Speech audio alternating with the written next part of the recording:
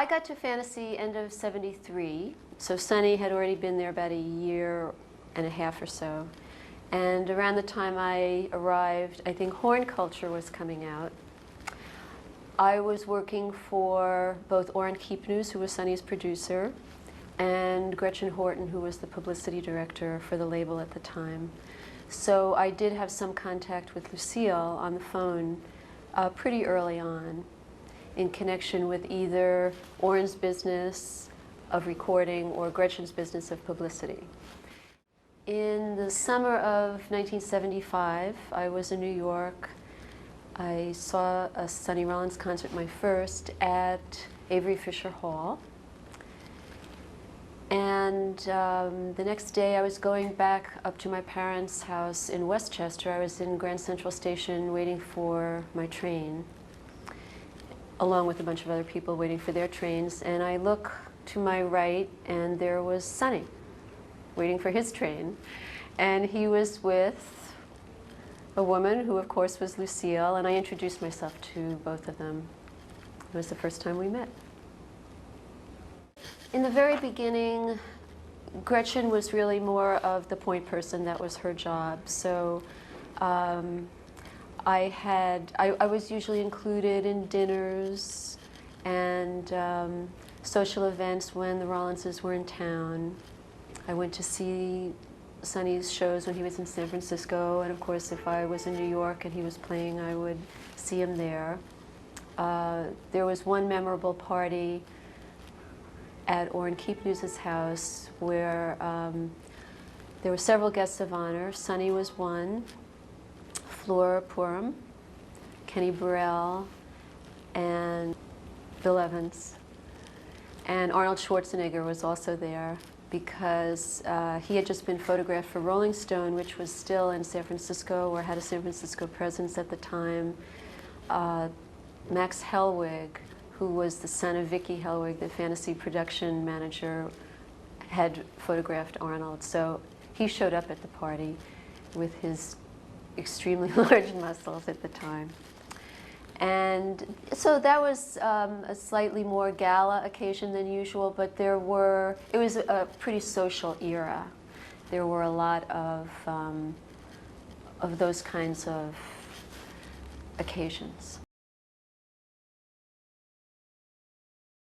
I've always found Lucille a very warm, easy to talk to person, and Sonny was more distant, of course, which I now see is just a little shyer, perhaps, and not much of a glad-hander. And she kind of did that social lubrication for him. Of course, as his manager, that was part of her job, but I think that that was a natural role for her. She was a very organized person and good with details, good with people. And so she was a friendly, inviting, comfortable liaison for Sonny with the world. She was easy to talk to, and at the same time she could draw the line in the sand and knew where to say no. I think every artist needs someone to look out for their best interests. So whether it's dealing with the record company or the promoters or the fans or any of the various areas that any artist has to deal with, but a very successful, prominent artist like Sonny definitely has to deal with, then that's possibly the #1 job of the manager. So I think that that was a natural role for her as well. I love his take on the political circus and his sense of the absurdity of it. And I mean, occasionally it's very depressing too, but he seems to relish the political developments of our time and the ridiculous characters who are playing their roles on that stage. So he gets a lot of laughs from that. For the most part, I think that Sonny accepts his role. He's very cognizant of his place in history, the responsibilities that come with it, not only as a player when he's performing, but everything that goes with it. Sending out autographed photos, meeting with his fans after his shows. I think that's a burden that he carries lightly, it seems to me.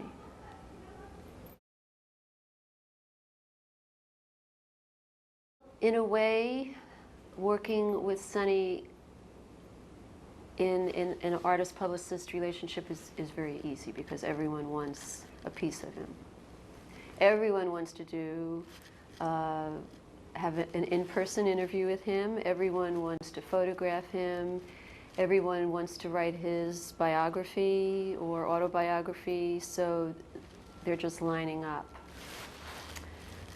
But the problems come from winnowing out who will get to do an in-person interview with him because he does so few of them, just constraints of time and energy. And in some instances, persuading him to do interviews that I think are really important for him to do that he is, for various reasons, reluctant to do.